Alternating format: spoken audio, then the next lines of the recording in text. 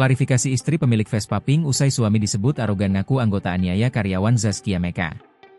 Istri dari pemilik motor Vespa berwarna pink yang disebut-sebut menganiaya karyawan artis Zaskia Adya Meka akhirnya angkat bicara. Ia membantah tuduhan tersebut dan menegaskan bahwa motor Vespa Pink itu sudah dijual sejak tahun 2019. Namun, proses balik nama kendaraan belum dilakukan oleh pembeli, sehingga data kendaraan masih tercatat atas nama suaminya. Assalamualaikum, Bia Zaskia Adya Meka. Saya turut berduka atas apa yang terjadi dengan Kala. Bia, saya istri dari Andri Permana.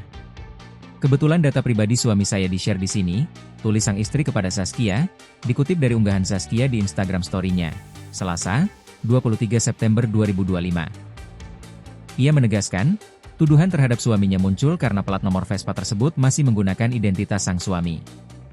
Suami saya dituduh sebagai pelaku penabrak anak dia karena plat nomor Vespa tersebut masih pakai data suami saya.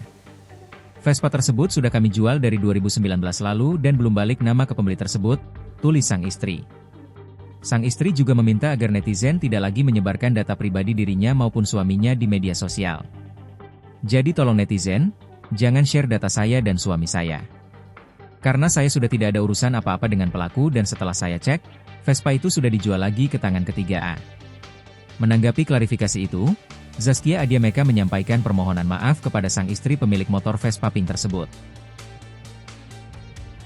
Download Tribun X sekarang, menghadirkan lokal menjadi Indonesia.